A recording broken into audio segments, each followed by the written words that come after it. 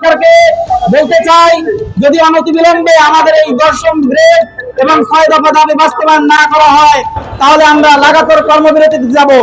তাই আমরা আশা করি এই অন্তর্বর্তীকালীন সরকারের আমলে যেহেতু সংস্কারের একটা সুযোগ রয়েছে, সুতরাং স্বাস্থ্য সেক্টরকে সুন্দরভাবে উন্নত করার জন্য উন্নত দেশগুলোর মতো স্বাস্থ্য সেক্টরকে ভালোভাবে গুছিয়ে ফেলার জন্য মেডিকেল টেকনোলজি এবং ফার্মাসি জাতির ভাগ্যের উন্নয়ন করতে হবে।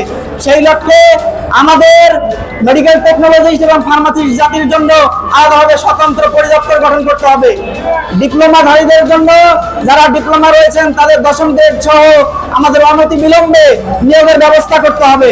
মেডিকেল টেকনোলজিস্ট এবং ফার্মাসিস্টদের আমাদের যে শূন্য পদগুলো রয়েছে, সেই শূন্য পদগুলো অনতিবিলম্বে নিয়োগের মাধ্যমে পূরণ করতে হবে। ওয়ার্ল্ড হেলথ অর্গানাইজেশন অনুযায়ী একজন ডাক্তারের বিপরীতে মেডিকেল টেকনোলজিস্ট থাকার কথা 5 জন, কিন্তু বর্তমান বাংলাদেশের স্বাস্থ্যের অবস্থায় দেখা যাচ্ছে যে একজন মেডিকেল টেকনোলজিস্টের যেখানে একজন ডাক্তারের পিছনে মেডিকেল টেকনোলজিস্ট থাকার কথা 5 জন, কিন্তু বর্তমান রেশিও অনুযায়ী সেখানে আমাদের একজনও নাই। যার কারণে মেডিকেল টেকনোলজিস্ট এবং ফার্মাসিস্টগণ না থাকার কারণে আমাদের যারা দেশের অসহায় মানুষ, গরিব দুঃখী মানুষ সুন্দরভাবে চিকিৎসা নিতে পারতেছে না। যার কারণে আমাদেরকে বেসরকারি স্বাস্থ্য খাতে চিকিৎসা সেবার দিকে ঢুকে পড়তে হচ্ছে।